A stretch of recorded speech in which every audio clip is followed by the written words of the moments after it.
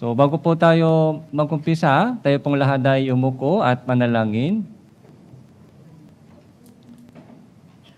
Banal at mahabaging Amang Diyos na makapangyarihan sa lahat, salamat po sa inyong dakilang biyaya at pagmamahal po sa amin. Nung patungo kami sa kapahamakan sa imperno dahil sa aming mga kasalanan, iniligtas niyo po kami sa pamamagitan ng banal na sakripisyo po ng Panginoong Hesukristo. At binigyan niyo po kami ng panibagong buhay at panibagong layunin at panibagong ministeryo na dapat naming tuparin sa aming titirang panahon sa buhay namin sa mundong ito. Sa umagang ito, nagtipon-tipon po kami sa inyong harapan upang makinig kami ng banal na salita ng Panginoon at makaroon ng banal na fellowship na kasama po yung mga minamahal po namin na kapatiran. Samahan niyo po kami sa oras na ito at turuan niyo po kami ng inyong banal na kalooban at ipakita niyo po sa amin ang aming kakulangan at yung mga bagay na hindi karapat-dapat bilang isang anak ng Diyos upang maging ganap po kami sa inyong harapan at magampanan po nawa namin ang katungkulan na ipinagtiwalaan niyo po sa amin. Mula sa simula hanggang sa katapusan ng itong oras, sa inyo lamang po kami nagtitiwala at umasa. Ito po yung aming panalangin sa pangalan ng Panginoon Hesukristo. Amen. So, buksan po natin ang ating Biblia, Roma chapter 14 po. So, Roma chapter 14.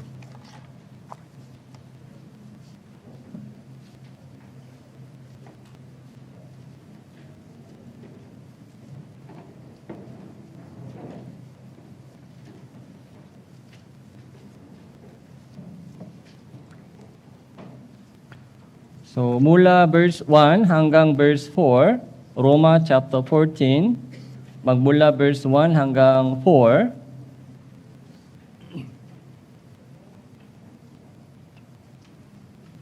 so, magsalitan po tayo.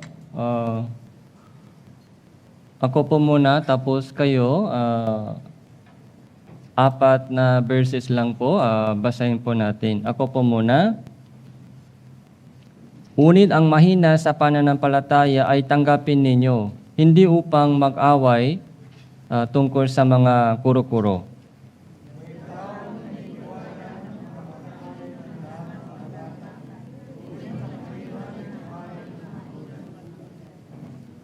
Huwag hamakin ng kumakain ng hindi kumakain, at ang hindi kumakain ay huwag kumator sa kumakain, sapagkat sila ay tinanggap ng Diyos.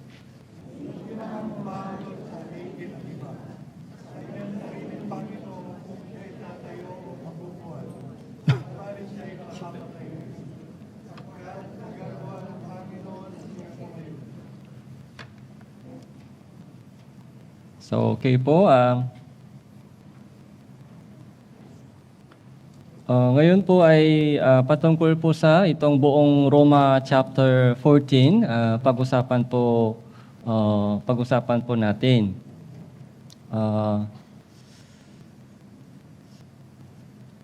Di ba ilang beses po pinag-usapan po natin yung Roma chapter last time, chapter 12 and chapter 13. So ito po yung Roma ay isa sa mga pinakamahalagang aklat. Ito po yung sulat po ni Apostol Pablo para sa lahat po ng mga taong ligtas. Kaya itong chapter 14 po ay napakahalagang lesson po dito. Yung parang pinaka-highlight sa lahat ng mensahe ni Apostol Pablo po sa churches. Siyempre po yung pinakamahalaga po sa Biblia ay salvation, kaligtasan. Yan po yung pinakamahalaga, salvation. After salvation po, yung ano po yung kasunod na mahalagang lesson? So patungkol sa iglesia. iglesia. Kaya after salvation, ano po yung sasabihin po natin bawat isa? Pagligtas na po isang tao, ano po yung sinasabi natin sa mga bagong ligtas? See you in heaven? Yun po ba yung sinasabi natin sa mga bagong baby? So, manatili ka sa iglesia. Yun po yung lagi po natin encourage sa kanila. Kahit anong mangyari, so manatili ka sa iglesia, abide in the church. Okay? Dahil doon po tayo lumalago. Okay. So Christian living ay church life. Yung buhay sa iglesia, yun po yung pinaka-Christian living. Ang problema po, salvation ay individual. So tama po ba? May family salvation? May family package? Wala pong mga family wala pong mga group salvation. Yung salvation po ay individual. Pero yung Christian living, hindi pwede pag ako lang nag-isa. So dapat magtipon-tipon, dapat kasama po tayo sa ating Christian living. So yun po yung pinaka-challenge po sa atin. Kapag ako lang nag-isa, so madali lang. Kapag gusto ko, gagawin ko, kung ayaw ko, next time na lang. So kung ako lang nag-isa, kumikilos, so madali lang po. Pero sinasabi ng Diyos sa atin, abide, manatili ka sa church. May bagong family po tayo. Yung mga kapatiran sa church ay bagong family, spiritual family. Pero sa loob ng church, kung titingnan po natin yung mga kapatiran sa church, iba-iba yung kanilang background, iba-iba yung kanilang ugali. So, iba-iba. Okay? So, tingnan po natin yung katabi ninyo. Katabi. Gusto ba natin sila? O minsan, tampo tayo sa kanila. O minsan, sumasama yung loob natin sa bawat isa. Okay. Kahit ligtas na po tayo, pero hindi po natin maiwasan yung mga trouble, yung mga yung sakit, yung nasasaktan o natatampo, hindi po maiwasan dahil yung ating pananampalataya ay hindi pa mature. So baby pa o meron po dito na mature na Kristiyano, meron din po dito na baby pa yung pananampalataya. Kaya sabi po sa, meron pong isang kawikaan sa Africa. So ilang beses po nabanggit po ito sa inyo. If you want to go fast, okay? Ikaw lang. If you want to go fast, okay? Kung gusto mong mabilis tumakbo, ikaw lang nag-isa tumakbo. Pero hindi ka aabot ng malayo. If you want to go far, kung gusto mong tumakbo malayo, anong sabi doon? Sama-sama ka. Okay? Sama-sama. Kailangan kasama. So, pero kapag kasama, pwede ba mabilis takbo o mahirap mabilis? Mahirap mabilis. Kapag may kasama po, okay, mahirap mabilis takbo. Dapat mabagal. Dahil minsan, pagod sila, di ba? Ako, kaya ko pa, pero yung katabi natin, pagod na. Anong gagawin natin? Huh? Kapag may pagod na yung katabi mo, anong gagawin natin? Pahinga, saglit, pahinga. Kahit gusto ko pa, tuloy-tuloy, pero yung katabi mo ay pagod na, kailangan pahinga tayo. Kaya mabagal yung mga takbo ng yung Christian living. Pero siya lang lagi pagod o ikaw din minsan pagod? Ikaw din minsan pagod. Ako din minsan pagod. Kung pagod na ako, yung katabi mo ay tutulong sa'yo. Kaya yun po yung mga nangyayari kapag may kasama, kaya pwede na tumakbo ng malayo. Okay.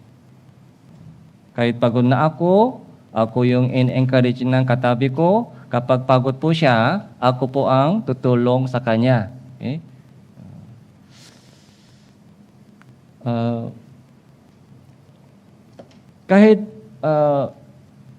Kaya sa church living, sa Christian living po, napakahalaga po yung iglesia.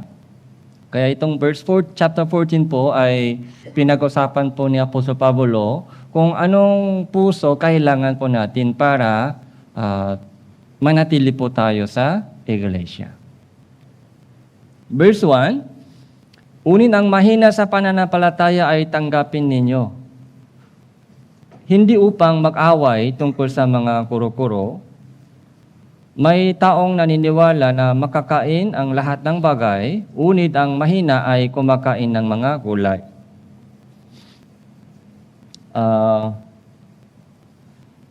Sa panahon po ni Apostol Pablo, so may dalawang klase ng Kristiyano. Meron pong mga mahihina, yung weak, mahina sa kanilang pananampalataya. So bata pa po, yung bago po silang ligtas. Kaya mahina pa po yung kanilang pananampalataya. Baby pa sila sa faith. Meron din pong malakas. Okay? May taong naniniwala na makakain ang lahat ng bagay. So sila po yung mga medyo mature na Kristiyano. So mature na, lumago na yung kanilang faith. So bakit sabi dito ay bakit dito nabanggit ni Apostol Pablo yung pagkain?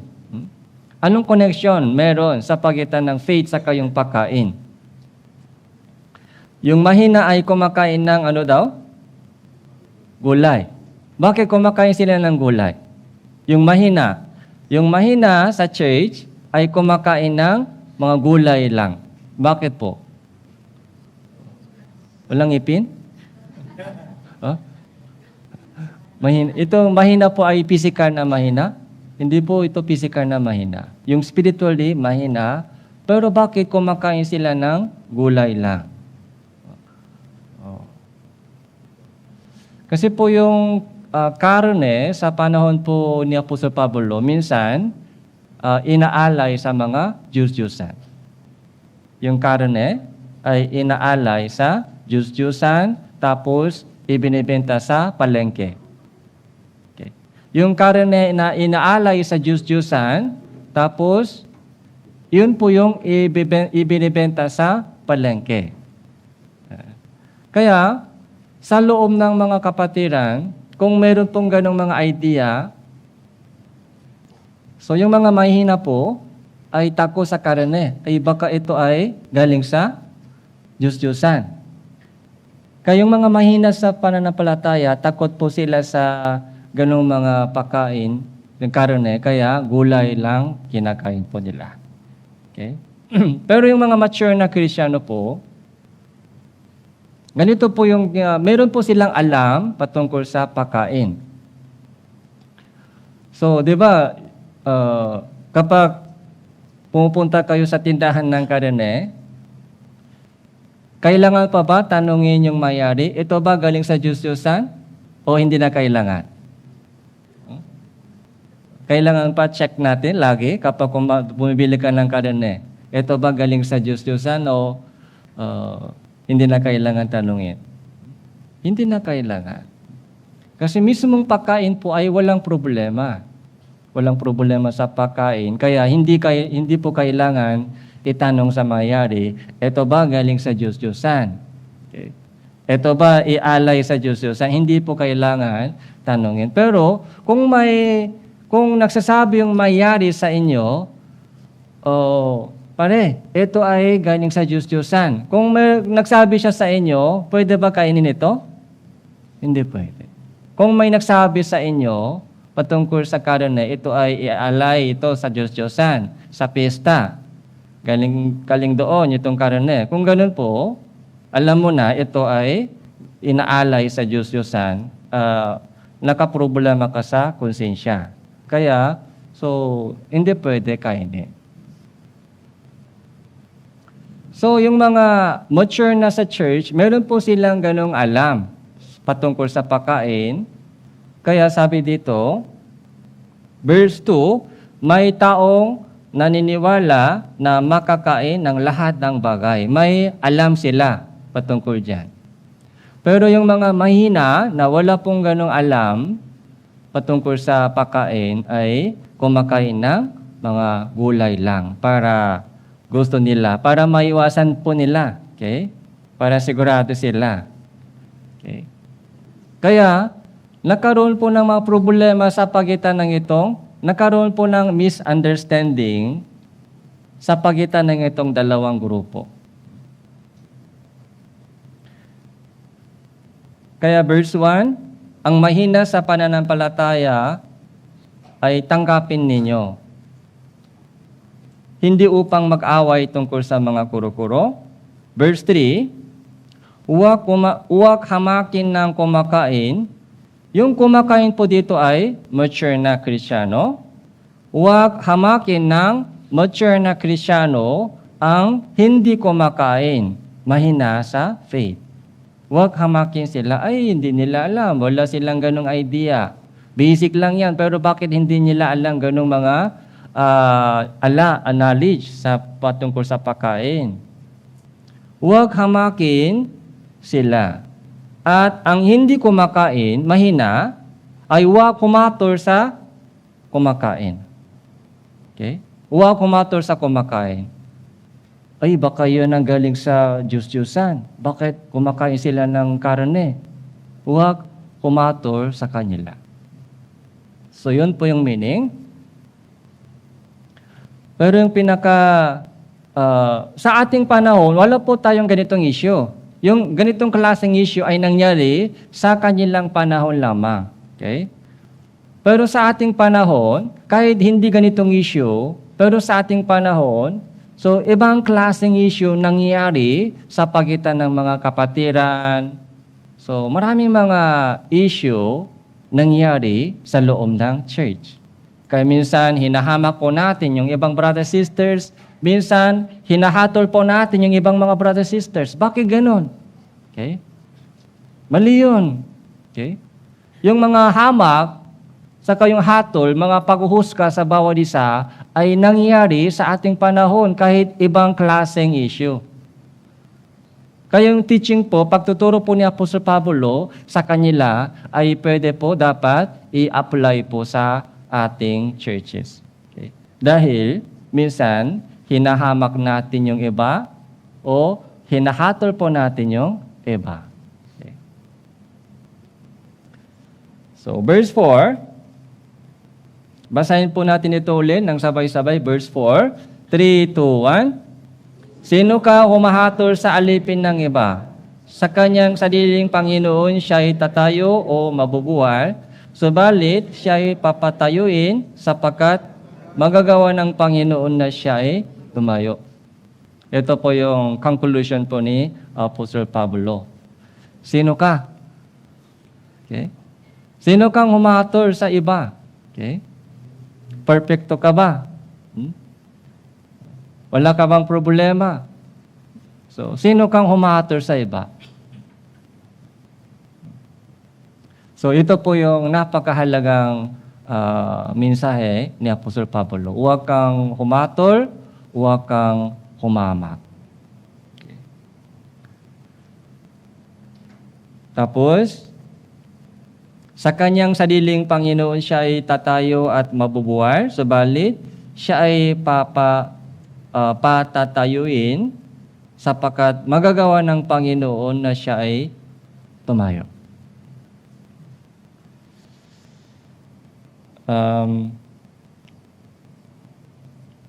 Magagawa ng Panginoon na tayo ay tumayo.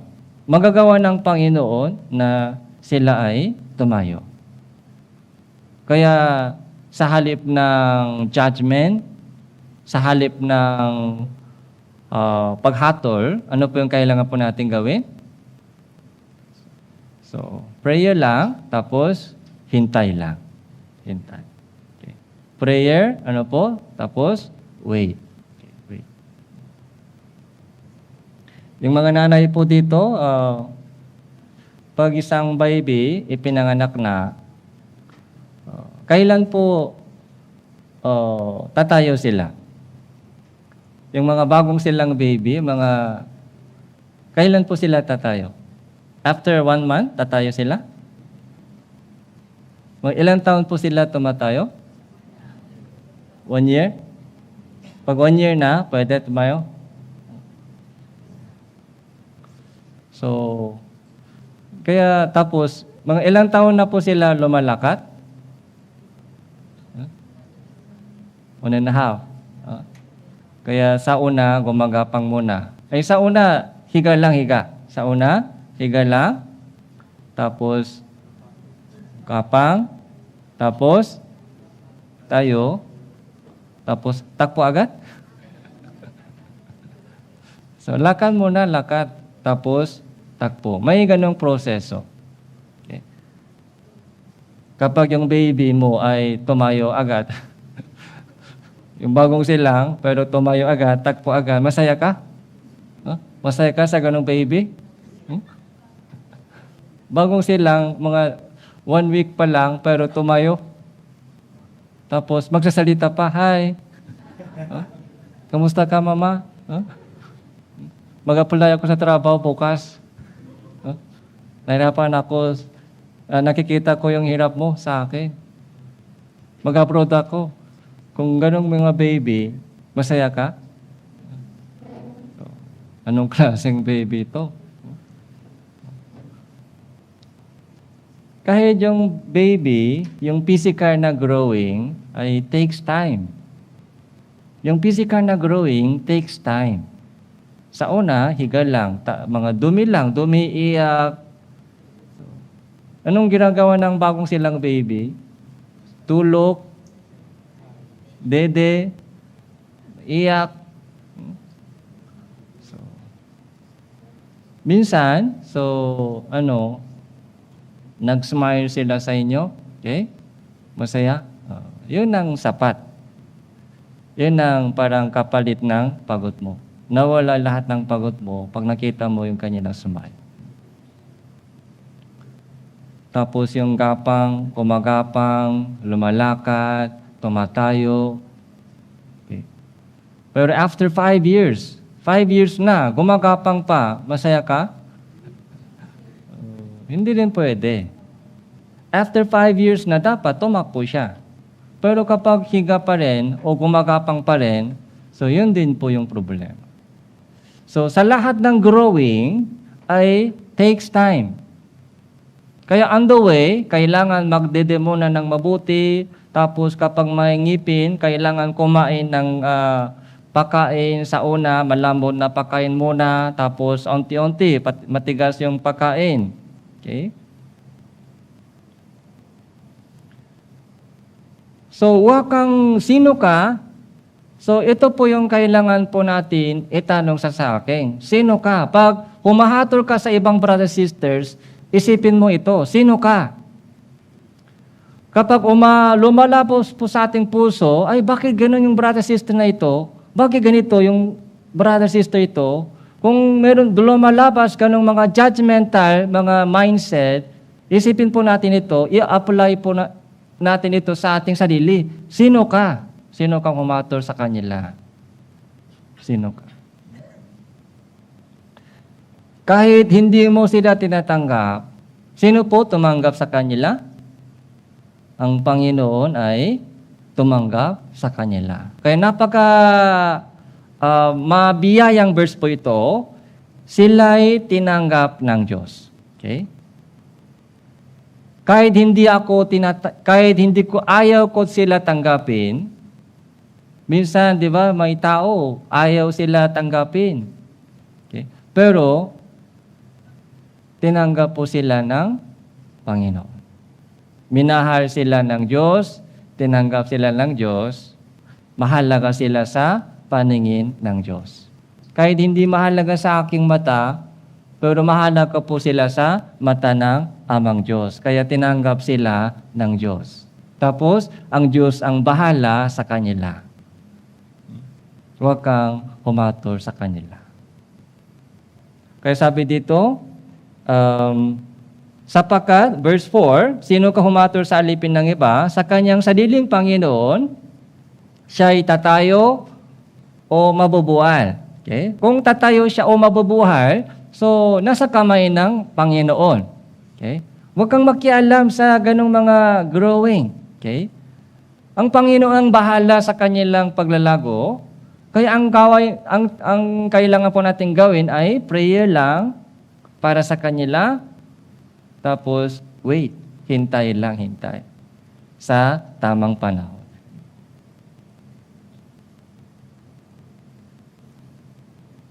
Kapag naitanim na po yung yung bini, so pag naitanim na po yung bini sa lupa, may usbong.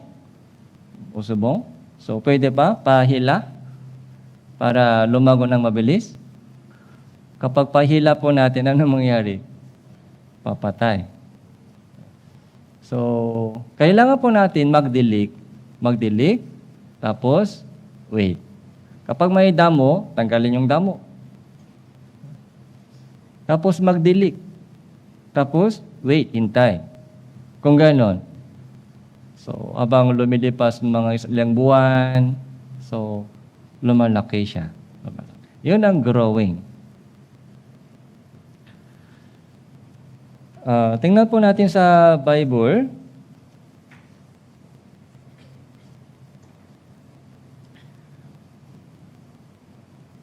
Unang Korinto chapter 1. Unang Korinto chapter 1.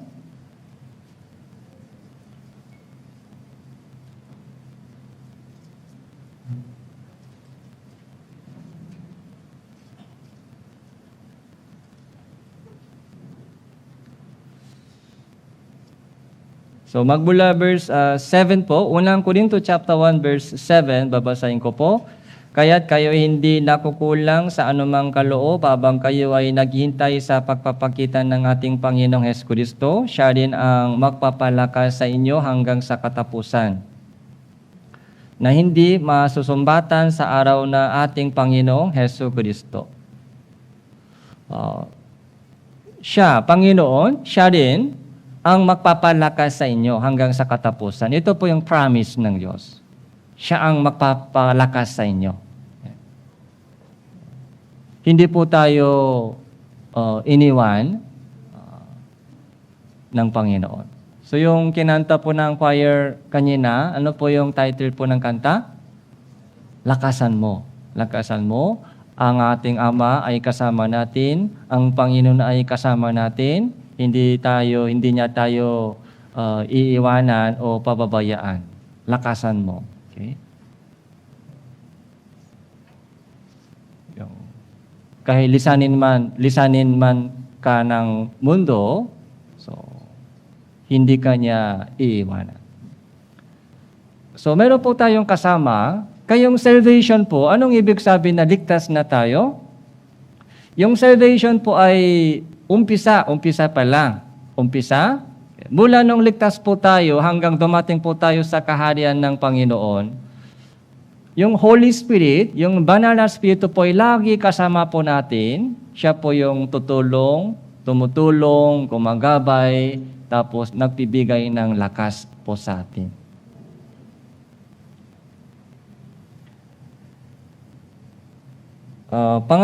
Unang Thessalonica, chapter 5. Unang Thessalonica, chapter 5.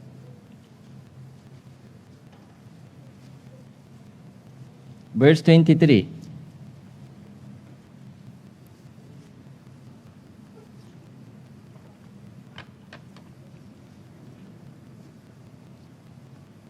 Unang Thessalonica, chapter 5, verse 23 and 24. Basahin po natin yung dalawang verses, 3 to 1. Pagkabanalin nawa kayong lubos mismo ng Diyos ng kapayapaan at ang inyong espiritu at kaluluwa at katawan ay ingatan buo, na walang kapintasan sa pagdating ng ating Panginoong Hesukristo. tapat ang sa inyo'y tumatawag na gagawin din naman ito.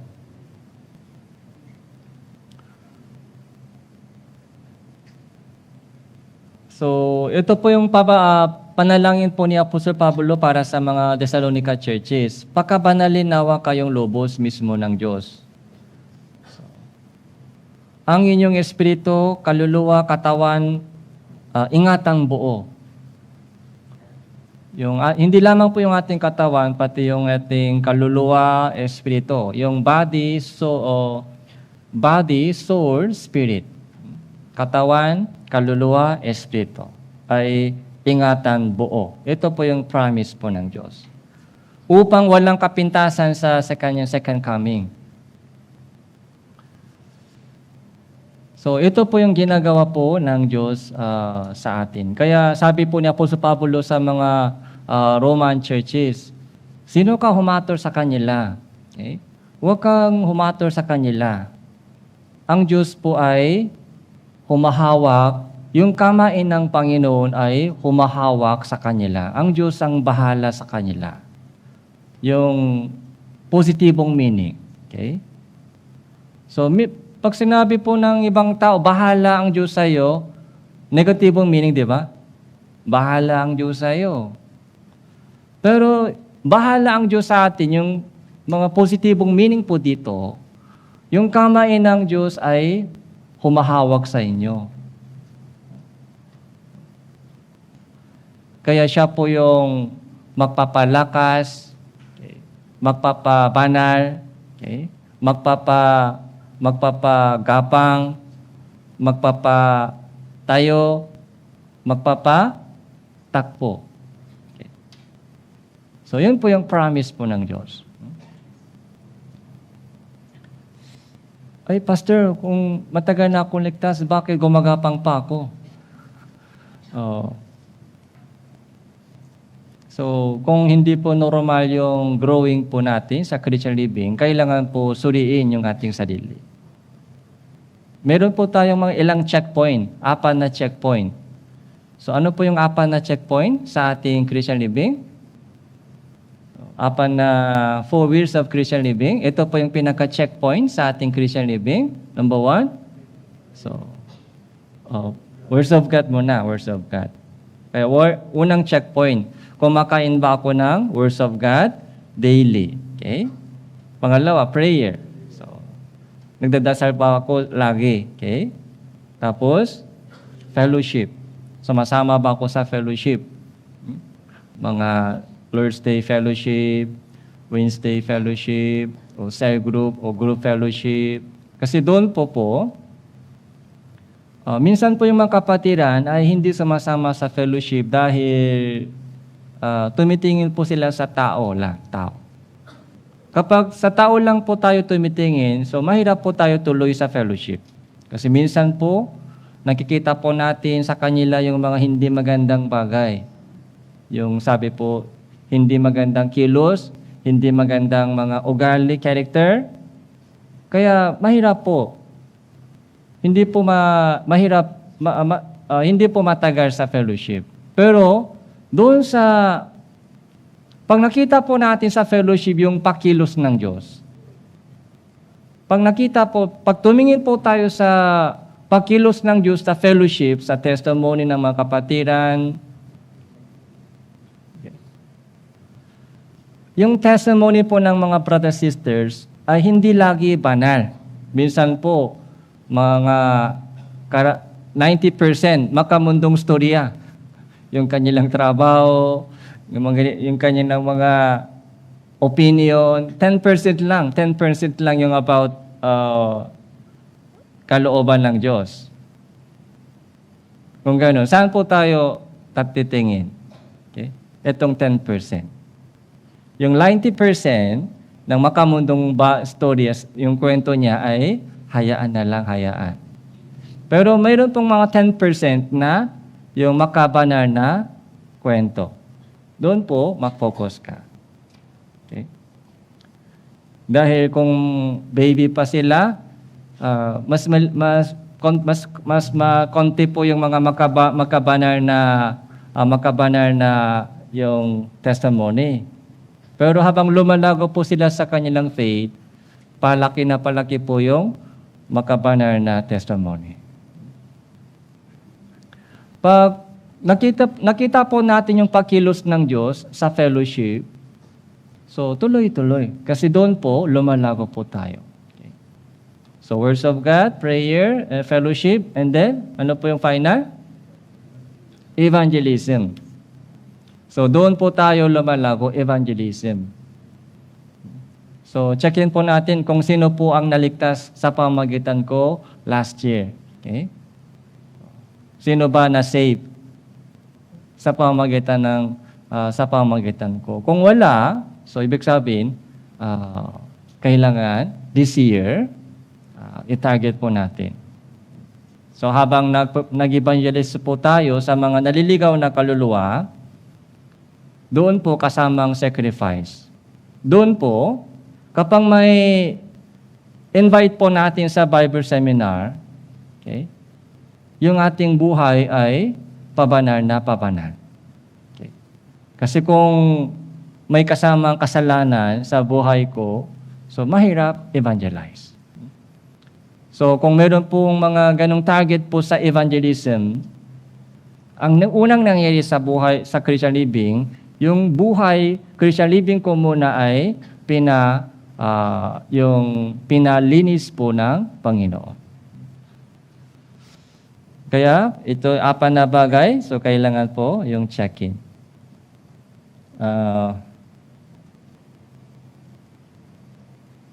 Awit chapter 37, punta po tayo sa awit.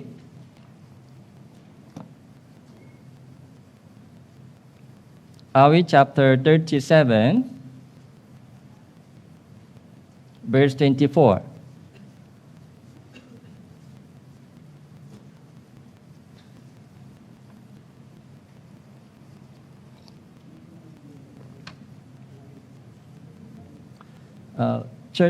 Awit chapter 37, verse 24, 24, and 25. Basahin po natin ito, 3, 2, 1. Bagaman siya ay mahulog, hindi siya lubos na mabubual, sapagkat ang Panginoon ang aalay sa kanyang kamay. So, ngayon matanda na, gayon may hindi ko nakita na ang matuwid ay pinabayaan, ni ang kanyang mga anak ay namamalimos ng tinapay. Napakagandang promise po ito. Okay? Maaari po mahulog tayo. Ibig sabihin, maaari po matisot po tayo dahil nasa salibutan pa tayo, nasa laman pa tayo, tapos yung ating pamumuhay, yung ating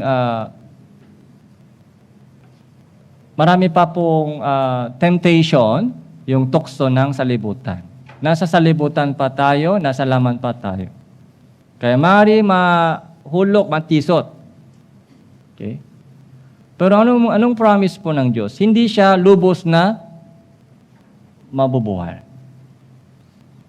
Dahil ang kamay ng Diyos ay hawak sa atin.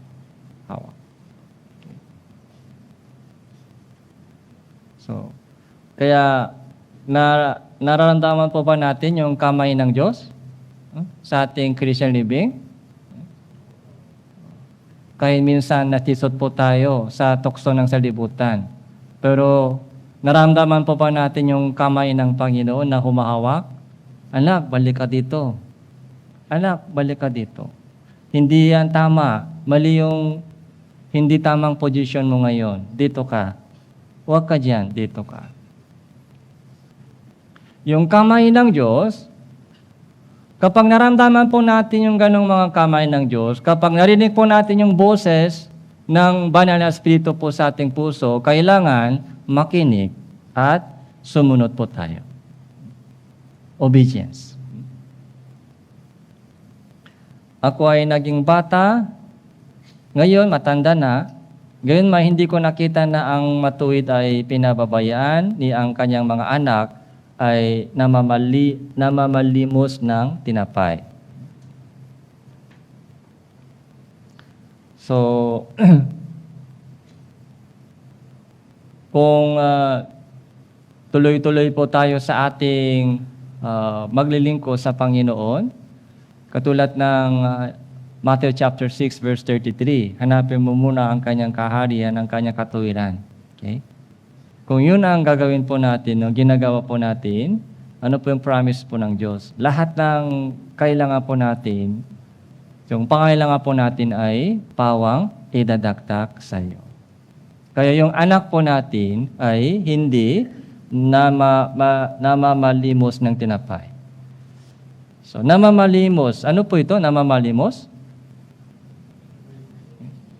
Ito, di ba? Hingi. Hindi ganun mangyari yung mga anak natin. Kaya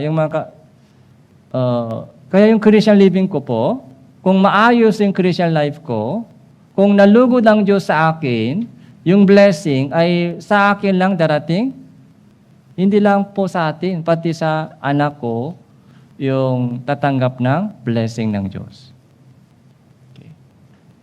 Kaya bilang magulang, so tatay at nanay, isipin po natin po ito. Kapag magbigay lugod po sa Panginoon, kung ang Diyos ay magalak sa akin, yung promise po ng Diyos yung promise po ng Panginoon, hindi lamang para sa akin, kundi para sa mga anak ko. Sasama po sila. So, balik po tayo sa Roma chapter 14.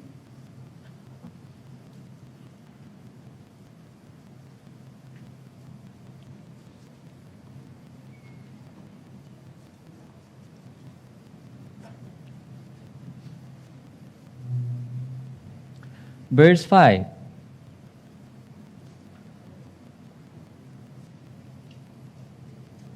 May taong nagpapahalaga sa isang araw ng higit kaysa iba. Ngunit may iba naman nagpapahalaga sa bawat araw. Hayaang mapanatak ang bawat tao sa kanyang sariling pag-iisip. Verse 6. Ang nagpapahalaga sa araw ay nagpapahalaga nito sa Panginoon. Ang kumakain ay kumakain para sa Panginoon sapagkat siya ay nagpapasalamat sa Diyos. At ang hindi kumakain para sa Panginoon ay hindi kumakain at nagpapasalamat sa Diyos. Verse 7, basahin po natin, 3-1. Walang sino mang sa atin ang nabubuhay sa kanyang sarili at walang sino mang namamatay sa kanyang sarili. So, verse 6 and 7, verse 6 and 7 and 8 po, ito po yung pinaka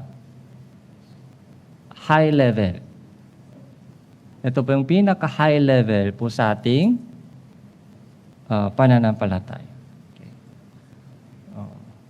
Bakit daw kumakain isang tao? Okay. Yung Kristiyano, kumakain para kanino kumakain tayo? Okay? Diba? Kanina nag-almusal po ba kayo? Nag-almusal? Nag-almusal. Nag-almusal po tayo. Para kanino? Para sa sarili? Dati po, di ba? Dati. Kasi kapag hindi kumakain, patay. So, kaya kumakain po tayo para sa katawan, para sa ating sarili. Okay? Pero anong sabi sa Biblia? Kumakain para sa Panginoon. So, anong ibig sabihin? Kumakain tayo para sa Panginoon. So, pag bulay-bulayan po natin ito ng mabuti. So, dati, natulog po tayo dahil pagod na. Kung pagod na, dapat tulog, pahinga, para bukas, para pumasok po bukas. So, pag may sakit po, so nagiinom ng gamot o pupunta sa ospital, so para sa sarili. Ito po yung pinaka fundamental question. Yung ginagawa ko, lahat po ng ating ginagawa sa buhay ko ay para kanino? Para kanino ginagawa natin? Ito po yung pinaka fundamental question. So may ilang option po, di ba? May ilang option. Yung ginagawa po natin, yung trabaho natin, yung mga study po natin, yung lahat po ng ginagawa po natin para kanino. So maaari, number 1 option para sa akin. Number 2 option para sa anak ko. Kung wala ng anak, kung wala sila, ay hindi ko ginagawa yon. Dalawang option, pangalawang option. Pangatlong option, so ginagawa po natin ay para sa Pangulo ng Philippines. So, kumakain po ba kayo para sa Marcos? Kung hindi ka kumakain, malungkot siya sa inyo? Hindi. Para sa akin sarili o para sa pamilya ko, para sa anak ko. Minsan, yung mga kabataan, nag-aaral po kayo para sa masaya yung magulang mo. Para masaya ang magulang mo. Nag-aaral po ba kayo para masayang teacher mo?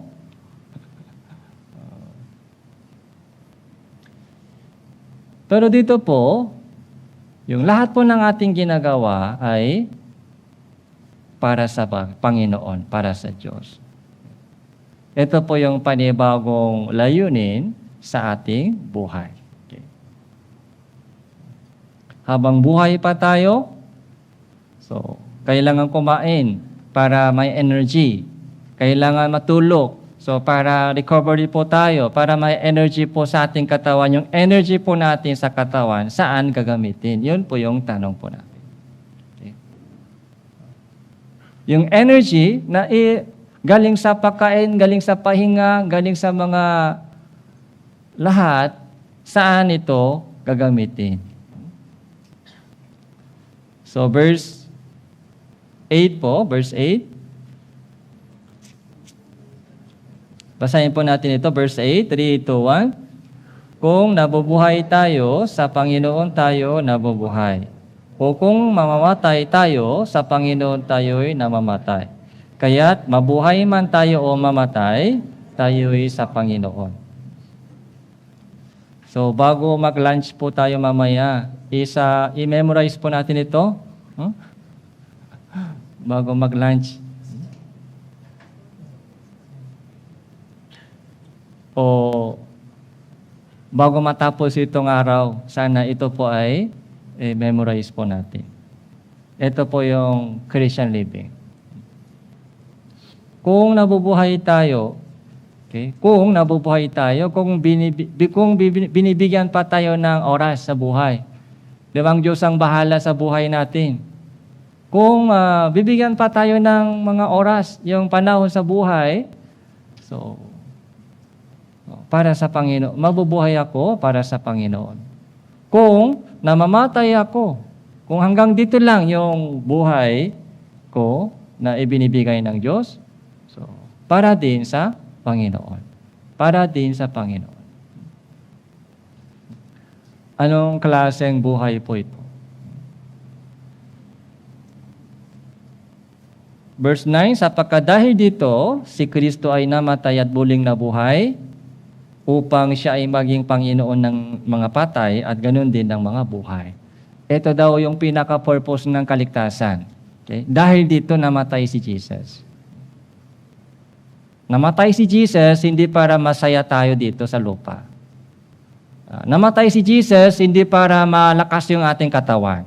Hindi para mahaba po yung buhay natin sa mundong ito, dahil yung kalooban ng Diyos ay wala dito sa lupa, kundi magkaroon ng yung buhay na walang hanggang sa langit, walang hanggang kaluwalhatian sa langit. Okay?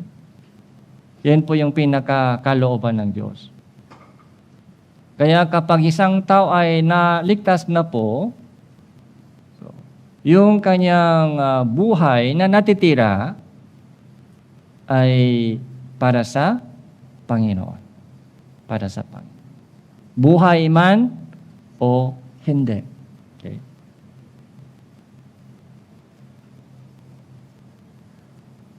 Kaya kapag kumakain, yung Christian po ay taong ligtas, kumakain na tayo para sa Panginoon.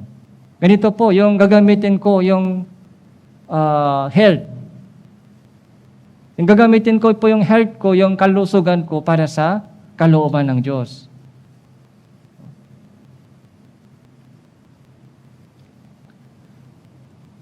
Kaya yung ating katawan ay pagod sa trabaho, kaya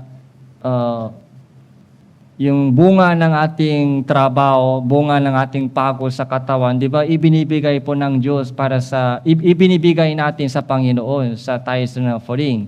Bakit po? Yung tithes and offering po ay ginagamit po para sa mga kaligtasan para sa naliligaw na kaluluwa, para sa mga churches, para lumago po yung mga brothers sisters. Kaya ginagamit po ng Diyos yung bunga ng ating sacrifice, yung pagod, trabaho para sa Panginoon.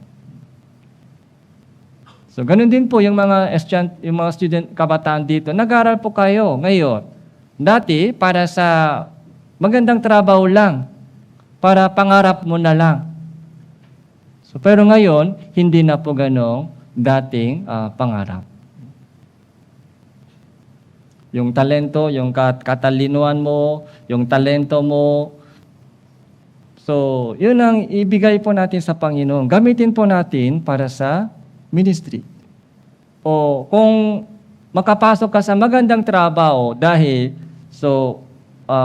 maayos yung mga grade mo, so kailangan din po sa church yung so ito po yung prayer ko po, sana sa loob ng church, so magiging doktor, so magiging mga abogado,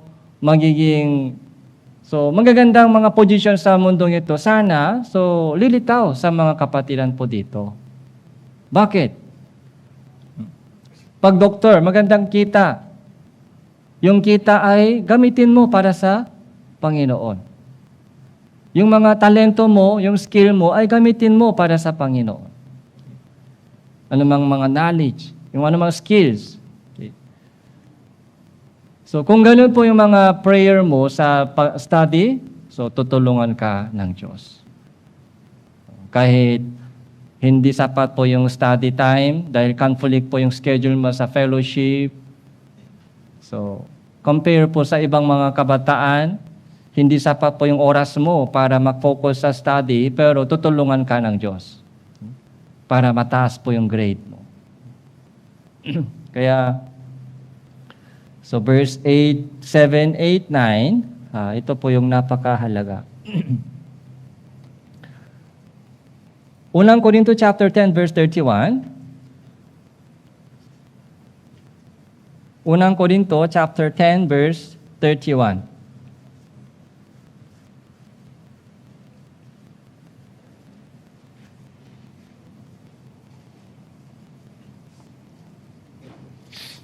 Basahin po natin ito, 3, 2, 1. Kaya kung kayo man ay kumakain, umiinom, at anumang ang inyong ginagawa, gawin ninyo ang lahat sa ikaluluwalhati ng Diyos. Okay?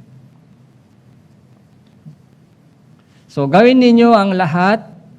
So, gawin ninyo ang lahat, kumakain, umiinom, so, nag-aaral, nagtatrabaho, naglalaba, nagluluto, naglilinis, lahat. Okay? So, lag-alaga ng mga bata. Gawin ninyo ang lahat para sa kaluwalhatian ng Diyos, para sa kalooban ng Diyos. So,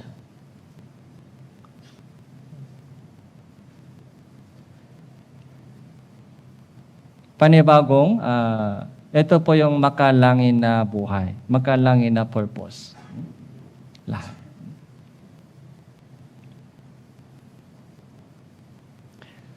Isa pa po, Pilipo chapter 1 verse 20.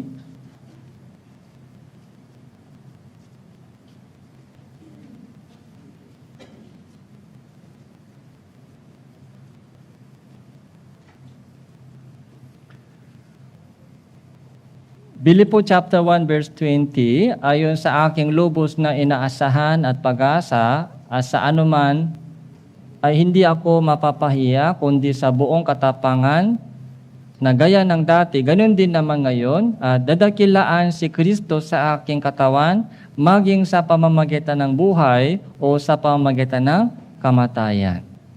So, ganun din po Apostol Pablo sabi dito, maging sa pamamagitan ng buhay o sa pamamagitan ng kamatayan. Kahit buhay man ako, hindi. Ganun po yung meaning. So, ano po yung meaning ng kamatayan po sa atin? Takot pa po tayo sa kamatayan? Ganun po ba yung kapatiran? Takot pa po tayo sa kamatayan? Okay. Ligtas po ba tayo? So, kung ligtas na po, handa na po tayo humarap sa kamatayan. So, may pag-asa po tayo, may ready na po tayo na pumasok sa langit. Salvation. Nasa akin na po yung buhay na walang hanggan.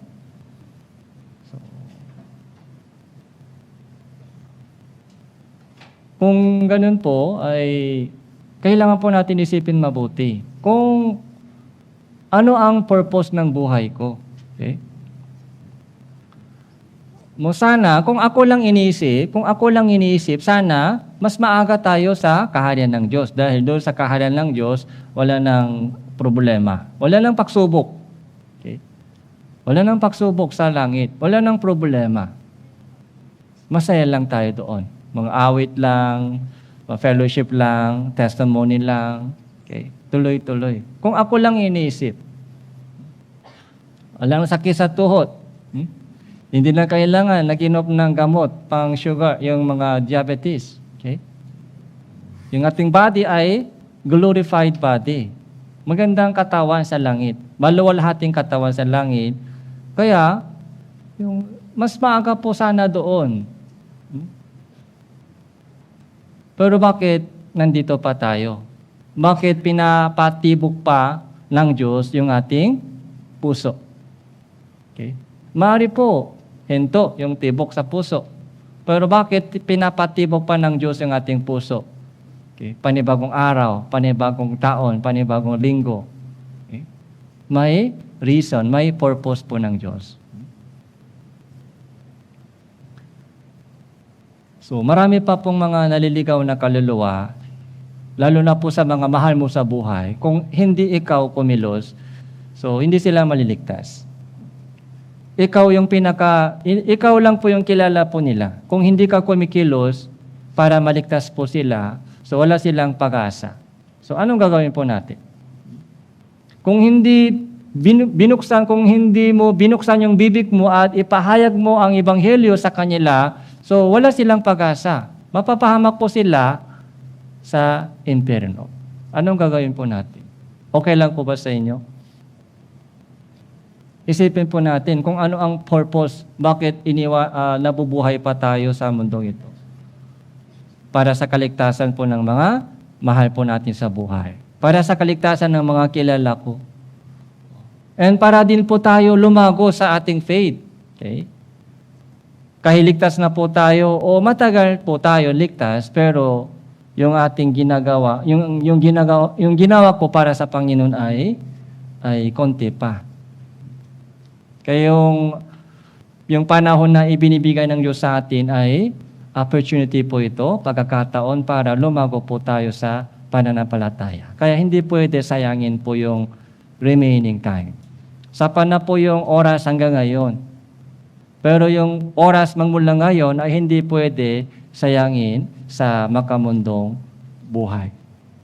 Kaya sabi po dito ni Apostol Pablo, dadakilain si Kristo sa aking katawan, maging sa pamamagitan ng buhay o kamatayan. Verse 21 po, verse 21, basahin po natin, 3, 2, 1. Ang mabuhay ay si Kristo at ang mamatay ay pakinabang. Kaya sa ating po yung kamatayan ay pagpasok sa yung transfer, yung lipat bahay. Okay? Transfer, lipat bahay. Meron po tayong pag-asa. Kahit nakadikit pa yung ating paa sa lupa, pero yung ating ulo ay patungo sa langit.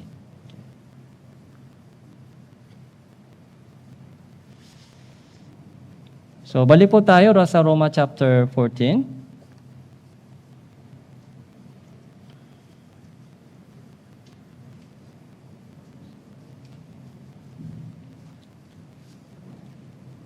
Verse 10 po, verse 10. Basahin po natin ito, 3, 2, 1. At ikaw, bakit mo hinahatulan ng iyong kapatid? O ikaw naman, bakit hinahamak mo ang inyong kapatid? Sapagkat tayong lahat ay tatayo sa harapan ng hukuman ng Diyos. So, hukuman ng Diyos, ito po yung pinaka-reminders po ng Panginoon sa atin. Sino ka humator sa iba? Okay? Ikaw din ay haharap sa hukuman ni Kristo, hukuman ng Diyos. Okay. Kaya huwag kang masyadong makialam sa ibang mga kapatiran kung mag-ingat po tayo sa pagkaunawa po natin. Kapag nakita po natin yung ibang mga brothers sisters po ay nahirapan, anong gagawin po natin? Huwag na lang makialam sa kanila? Hindi pwede. Kailangan po natin silang encourage o aliwin. Kailangan natin silang tulungan. Okay? Kailangan makialam sa kanila. Ang pinakapunto po dito, yung growing, okay? Kailangan po natin silang tulungan. Kailangan po natin silang encourage. Okay? Aliwin. Okay? So, fellowship po yan, fellowship. Pero yung kanyang faith, yung growing, paglago sa kanilang faith ay hindi mo pwede silang pilitin o hindi mo silang pwedeng yung baguhin. Yung tulong na lang, encourage, okay, and prayer, and wait. Yung growing ay galing sa kamay ng Diyos. Growing. Yung changes. Kaya ano po yung pinaka-character ng pag-ibig? So, 1 Corinthians chapter 13. Ano po yung pinaka-unang character ng yung pag-ibig? Love is long-suffering. Long-suffering, long waiting. Long-suffering, long waiting. So habang inaalagaan po natin sila, tinutulungan po natin sila, so kailangan wait. Okay. Yung changing, yung growing, ay galing sa kamay ng Diyos. Kaya hindi pwede hamakin, hindi pwede hatulan, hindi pwede hatulan sila. Okay? Ito din po kailangan po natin alalahanin. Ako mismo ay haharap doon sa judgment seat of Christ. Okay? Sa Tagalog Bible dito, hukuman ng Diyos, Tagalog Bible, pero yung hukuman po dito ay hukuman ni Kristo. So para bigyan po tayo ng gantimpala, ito po yung pinakahukuman po ito. So tingnan po natin sa Pangalawang Korinto chapter 5, Pangalawang Korinto.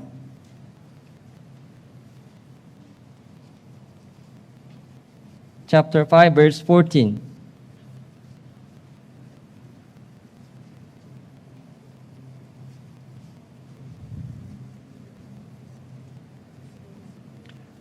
Chapter 9 po, chapter 9. Pangalawang Korinto, chapter 5, verse 9. 9 and 10. 2 Corinthians chapter 5, verse 9 and 10. Basahin po natin ito ng sabay-sabay. 3, 2, 1. Kaya't maging nasa tahanan o malayo sa tahanan, ang aming mitiin ang bigyan siya ng kasiyahan. Sapagkat tayong lahat ay kailangan humarap sa hukuman ni Kristo upang bawat isa ay tumanggap ng kabayaran sa mga bagay na ginawa niya sa pamamagitan ng katawan, maging mabuti o masama. Yung gantimpala po ay ibibigay ng Diyos sa atin, gantimpala. Kailan po? Kapag humarap po tayo sa hukuman ni Kristo. Yung judgment seat of Christ. Okay? So, lahat po ng mga taong ligtas, ay haharap sa hukuman ni Kristo. Parang ito po ay recognition ceremony. Doon po may tatanggap ng award. Okay? May Kristiyano tatanggap ng award, may Kristiyano na palakpak na lang. Palakpak na lang. Gusto ba natin tumanggap ng award? Wala po kayong gana sa award? Kapag nasa langit na ako, okay lang, kontento na ako. Hindi na kailangan award. Ganun po ba? So, kung ganun po yung inisip po natin, lungkot po ang Diyos sa inyo. Daming handang pagkain, inihanda ng Diyos maraming award. Daming handang pagkain, pero pag ayaw ito, kainin ng yung guest. Okay? Masaya ka ba? Malungkot. Daming pagkain, inihanda mo sa birthday. Pero yung mga pumibisita, ayaw kumain. Ayaw kumain. Ay, busog na ako, ayaw. Kaya walang bawas sa daming mga pagkain. Masaya po ba? Malungkot. Inihanda ng Diyos, maraming award. Pagbusok na po tayo sa makamundong bagay. Panginoon, busog na ako, makamundong bagay. Kaya wala akong gana sa makalangin na bagay. Kung ganun po, malulungkot po ang Diyos sa atin. Yung salvation, hindi po ito pinaka-ultimate goal. Yung salvation po ay first step. Yung pinaka-kalooban ng Diyos sa atin ay award. Kantimpala o kaluwalhatian sa langit. Kaya pagdating po natin sa langit,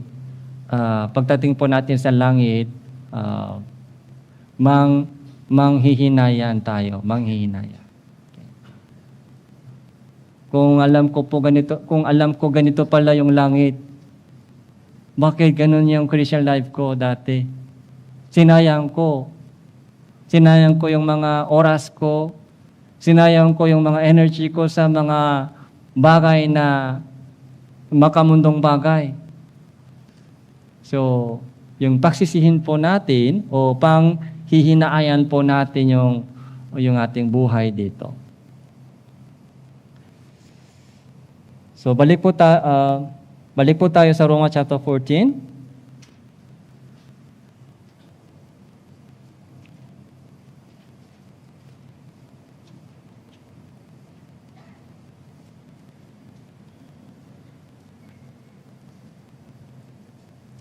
So, Roma chapter 14.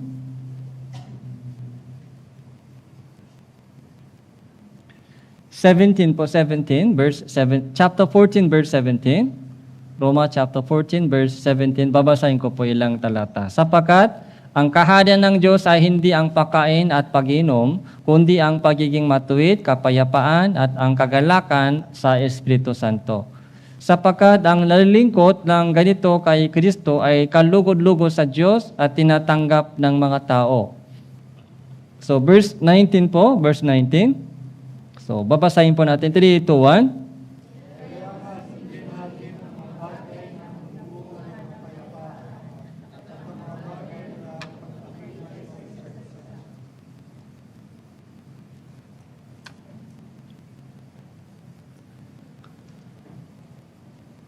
So, yung kapayapaan, peace, ito po yung pinaka-keyword. Yung key peace, sundin natin ang mga bagay na magbubunga ng kapayapaan. Yung peacemaker. Sa church po, may peacemaker, may troublemaker. Okay? So, kaya habang lumalago po tayo sa ating faith, kailangan po natin peacemaker. Okay.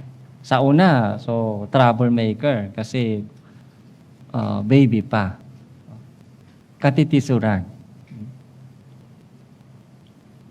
Pero habang tumatagal po tayo, peacemaker, and then, ang mga bagay na makapagpapatibay sa isa't isa. So,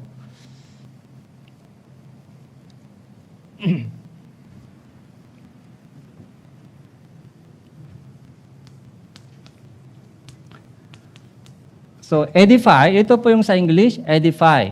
So, magpakatibay sa isa't isa. Magpakatayo sa isa't isa. Okay?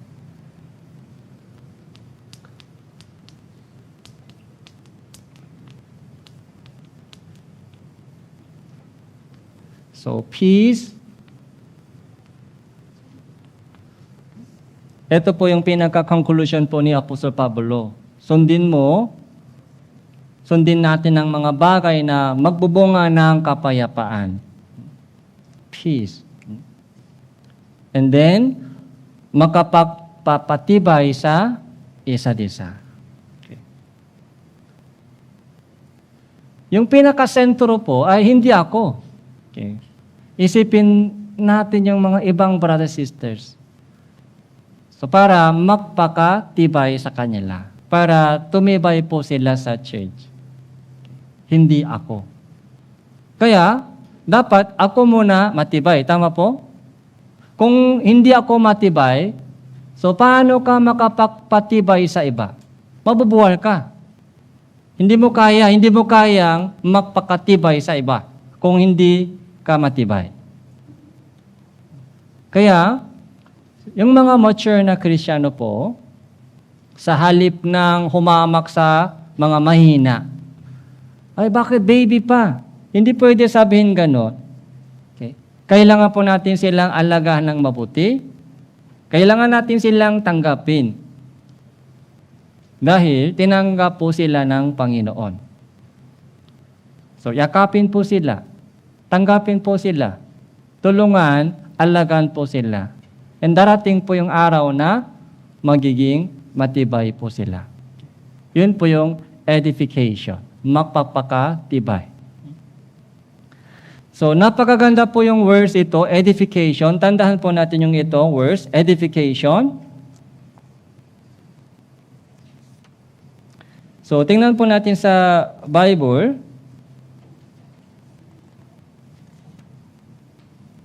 Unang Korinto, chapter 8, verse 1.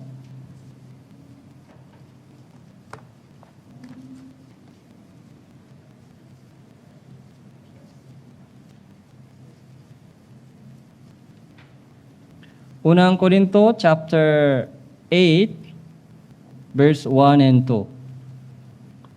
Verse 1 po, verse 1. Basahin po natin, 3, 2, 1. Gayon, tungkol sa mga pagkain inihain sa mga Diyos-Diyosan, nalalaman natin ang tayong lahat ay may kaalaman. Ang kaalaman ay nagpapalaki ng ulo, ngunit ang pag-ibig ay nagpapatibay. So, ano daw po nagpapatibay? Pag-ibig. Pag-ibig. Yung pag-ibig po ay pinaka-solution. Love edifies. Kaya saan po tayo dapat lumago? So, sa pag-ibig lumago o lumago sa kaalaman? Dapat lumago tayo sa pag-ibig. Pag sa kaalaman lang lumago, maraming alam. Okay? Lumalago sa alam, maraming alam sa Bible. May experience na sa daming mga ministry. Pero yung pag-ibig ay bata pa, kung gano'n. So, nagpapalaki ng ulo lang malaki. Sila po yung humahatol sa iba. Humuhusga sa iba. Pero pag lumago po tayo sa pag-ibig, sila po ay nagpapatibay sa ibang brothers and sisters. Kaya love, yung pag-ibig po yung pinaka-solution. Pag-ibig.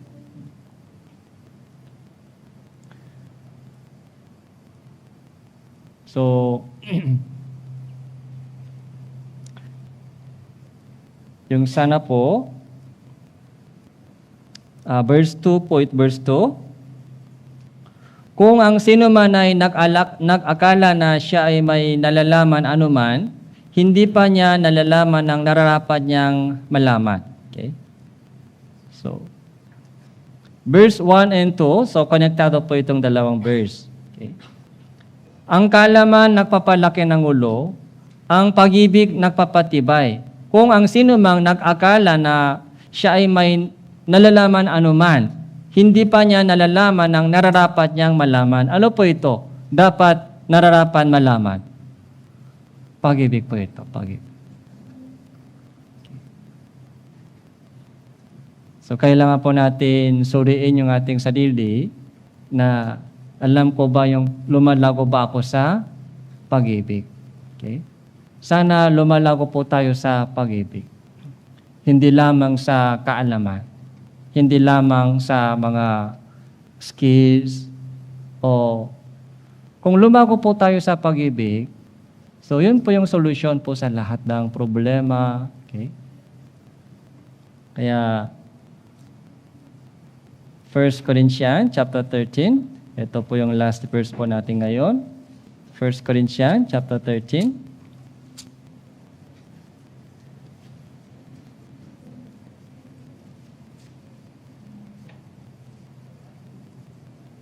Verse 4.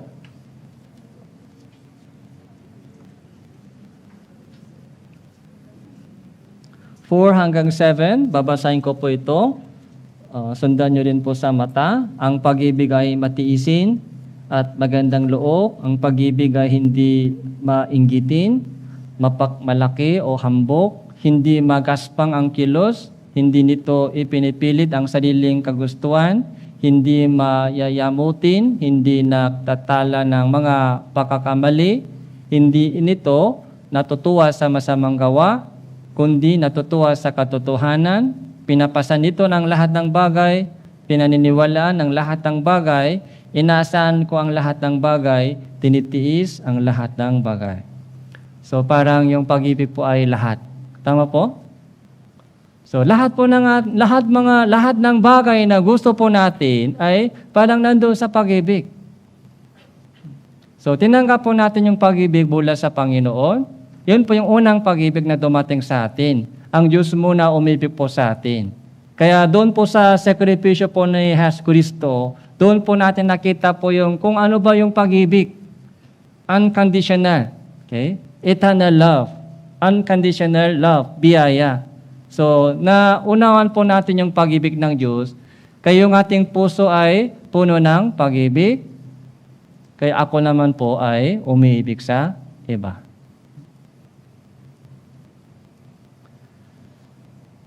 Kaya kapag naramdaman po natin na kulang ako sa pag-ibig, so ano po yung gawin po natin? Bumalik po tayo sa pag-ibig ng Diyos. Una niyang pag-ibig sa atin.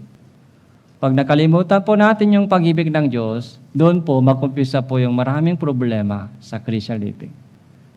Kaya lagi po natin bumalik sa unang pag-ibig ng Diyos sa atin. Kung gaano kadakila po yung pag-ibig ng Diyos sa akin. So yun po yung yung driving force sa ating Christian living. So, yung Roma chapter 14 po, so nakita po natin magandang mensahe po doon. Kaya sana po, pagbubulay-bulayin po natin. So, tangkampin po natin bawal isa. Okay? Sa daming mga background sa church, iba-iba yung mga background po ng buhay po natin. Kaya para makaisa po tayo, kailangan po natin tanggapin ang bawat isa. Tapos, isama po lagi sila sa prayer and maghintay. Ang Diyos ang bahala sa changes and sa paglago sa kanilang pamumuhay Kristiyan. So, manalangin po tayo. Let's pray. Salamat po, Panginoon, sa oras na ito, sa inyong mensahe na ibinigay niyo po sa amin. Padagtagan po sa aming puso ang dakilang pag-ibig mo, Panginoon, upang magmahalan po kami sa bawat isa sa pamamagitan ng pag-ibig ng Panginoon. Nawa lahat po ng mga kapatiran ng Tanawan Church ay mapuno ng pag-ibig ng Panginoon at magamit po kami para sa inyong maluwalhating kalooban. Kung meron pong kapatiran na tumadaan sa maraming pagsubok at kahirapan sa kanilang buhay, tandaan niyo po sila, Panginoon, at tulungan niyo po silang